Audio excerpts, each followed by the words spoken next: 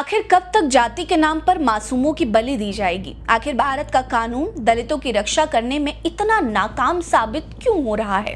क्या है वजह कि संविधान में तो बराबरी मिली है, लेकिन जमीनी स्तर पर आज भी वो सम्मान और सांस दोनों के लिए लड़ रहे हैं।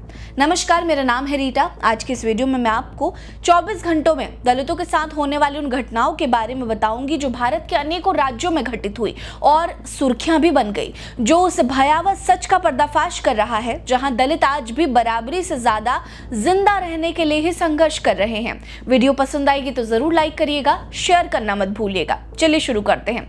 दलितों से जुड़ा सबसे पहला मामला बिहार के मुजफ्फरपुर से सामने आया, जहां ऑनर किलिंग का सनसनीखेज मामला सामने आया है। इतना ही नहीं, करने वाले भाई ने खुद इस बात को स्वीकार किया है कि बहन ने दलित युवक से भागकर शादी कर ली थी, जिससे समाज में उनके परिवार को काफी अपमान का सामना करना पड़ा था, जिससे गुस्सा होकर खुद भाई ने बहन की गला दबाकर कर दी।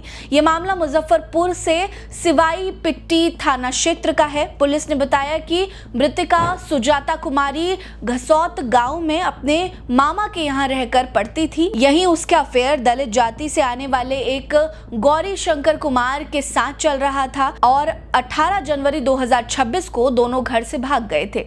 लड़के के घर वालों ने अपहरण का मामला दर्ज कराया था, जिसके बाद पुलिस ने गौरी शंकर की खोजबीन की तो पता चला कि वो हरियाणा में रह रहे हैं और दोनों शादी कर ली है। लेकिन 11 फरवरी को पुलिस को दोनों का पता चल गया और वो दोनों को वापस बिहार ले आए, जहां युवक पर अपहरण का मामला चलाकर जेल भेज दिया गया और लड़की को जबरन उसकी मौसी के घर भेज दिया गया। गौरी शंकर ने जेल से बाहर आने के बाद सुजाता से बात करने की कोशिश की थी, लेकिन 31 मार्च को उसकी अंतिम बात हुई थी। उसे किसी अनहोनी का डर सताने लगा तो उसने पुलिस से मदद मांगी थी, लेकिन पुलिस की आनाकानी देखकर उसने आत्मदाह की धमकी दी, जिसके बाद पुलिस सख्ते में आ गई। तुरंत जांच की गई तो लड़की गायब मिली, जिसके बाद लड़की के भाई को गिरफ्तार कर लिया गया, जिसके बाद खुलासा हुआ कि उसने और उसके कुछ साथियों ने लड़की की गला दबाकर कर दी। पुलिस भी इस खुलासे से हैरान है। अब पीड़ित पति अपने पत्नी के लिए न्याय चाहता है। ऐसे में देखना यह होगा कि पुलिस की जांच के बाद कौन कौन सामने आता है। दलितों से जुड़ा अगला मामला उत्तर प्रदेश के धामपुर से है। वैसे तो यूपी में बुलडोजर एक्शन को काफी सराहा जाता है, लेकिन इस बार सरकार की चाल उन पर भारी पड़ गई है, क्योंकि इस बार बुलडोजर का एक्शन हुआ है दलितों के नए मसीहा और नगीना सांसद चंद्रशेखर आजाद के गृह क्षेत्र में। बस फिर क्या था, आजाद ने पहुंचकर आखिरकार ये साबित कर दिया कि अधिकारियों से वो सवाल जो अक्सर बुलडोजर एक्शन के बाद दबा दिए जाते हैं वो पूछ डाले। सोशल मीडिया पर आजाद का वीडियो काफी तेजी से वायरल है। दरअसल धामपुर में बिना किसी सरकारी नोटिस के ही नासिर बाबा पीर मजार की दीवार पर प्रशासन की तरफ से बुलडोजर चलवा दिया गया।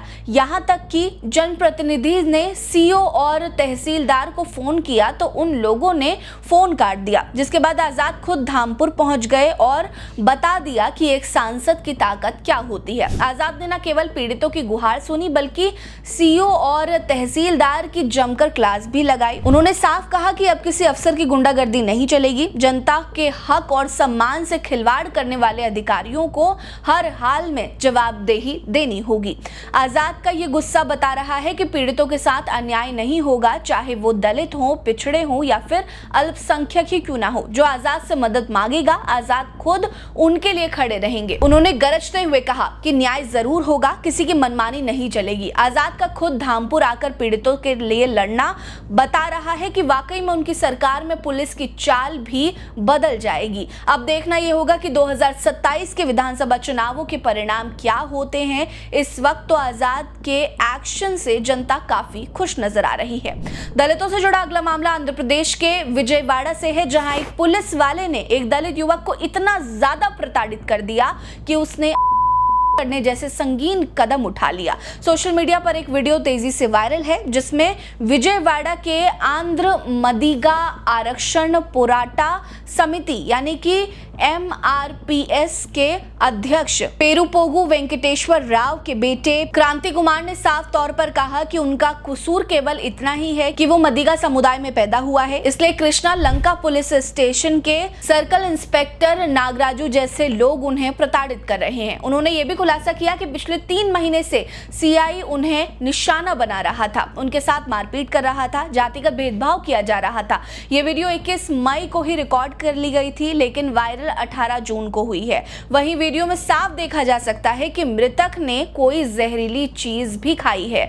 वहीं मृतक की मां ने भी CI के पर आरोप लगाया है कि उनके बेटे को पकड़कर कस्टडी में इतना प्रताड़ित किया गया कि उसकी मौत हो गई। बता दें कि मृतक करीब 1 महीने तक लापता भी रहा था। वहीं आरोपी नागराजू इस वक्त भी गाड़े CI कृष्णा नाम के व्यक्ति के लापता होने के मामले में लंबित हैं। एक छोड़िए, दो लोगों का अचानक से लापता होने का नागराजू का शामिल होना साफ इशारा करता है कि दाल में कुछ तो काला है। फिलहाल इस मामले में खुद CM ने जांच के आदेश दे दिए हैं। अब देखना यह होगा कि दलित युवक की मौत को पीछे क्या राज निकल कर आता है और इसमें कौन है। दलितों से जुड़ा अगला मामला मध्य प्रदेश से सामने आया है, जहां जातिवादी आतंकी आज भी दलितों की खुशियां मनाते हुए उन्हें हंसते नाचते नहीं देख सकते हैं। वो ये हर संभव कोशिश करते हैं कि आखिर ऐसी कौन सी ओछी हरकत करें कि दलितों की खुशियां मातम में बदल जाए। ताजा मामला छतरपुर जिले के ईशान नगर का है, जहां पर बौड़ा गांव में दलित युवक की घोड़ी पर बारात लेकर क्या निकल गया, जातिवादियों ने हंगामा करना शुरू कर दिया। दबंग इससे पहले कि कोई बड़ा नुकसान कर पाते, पीड़ित परिवार ने तुरंत पुलिस को बुला लिया। पीड़ित उमराव अहिरवार ने पुलिस को तहरीर दी कि उनके बेटे अजय अहिरवार की बारात निकलनी थी। उससे पहले उनके वहां राज की रस्म होती है। इस रस्म के लिए उनका बेटा घोड़ी पर बैठा था, लेकिन उसे घोड़ी पर बैठे देखकर कुछ जातिवादियों को ये हजम नहीं हुआ और उन लोगों ने हंगामा करना शुरू कर दिया। हालांकि पुलिस के आने के बाद वो लोग दुम दबाकर भाग खड़े हुए और पुलिस ने शांति से सारी रस्म करवाकर बारात को रवाना कर दिया। पुलिस की इस कार्रवाई से कोई अनहोनी नहीं हुई, जिसके लिए दूल्हे के परिवार वाले पुलिस वालों के शुक्रगुजार हैं। क्या हो अगर वाकई में पुलिस हर जगह इतनी ही जिम्मेदारी से काम करे, तो शायद दलितों का उत्पीड़न करने की कोई हिमाकत भी ना कर सके। आपको क्या लगता है, हमें कमेंट करके जरूर बताइए। दलितों से जुड़ा अगला मामला बिहार के राजगीर से सामने आया, जहां चोरी के शक में एक नहीं बल्कि 2 दलित युवकों को पीट कर करने का मामला है। अब राजनीतिक यहां पर तेज हो चुकी है। दोनों मृतक युवक पिंटू और श्रवण दीपनगर थाना क्षेत्र के गंजपर गांव के रहने वाले हैं। दोनों की मौत को कई दिन बीत चुके हैं। पुलिस के लचर रवैये को देखते हुए पूर्णिया सांसद पप्पू यादव खुद पीड़ित परिवार से मिलने पहुंचे। पप्पू यादव ने सरकार की नाकामी पर जमकर निशाना साधे हुए है। बिहार में अराजकता इस कदर फैली हुई है कि अब लोगों को जाति पूछकर निशाना बनाया जा रहा है। उन्होंने कहा कि अगर वाकई में चोरी हुई भी थी तो यह अधिकार किसने दिया कि भीड़ उसे पीट कर मार डाले। उन्होंने पुलिस की नाकामी को लेकर कहा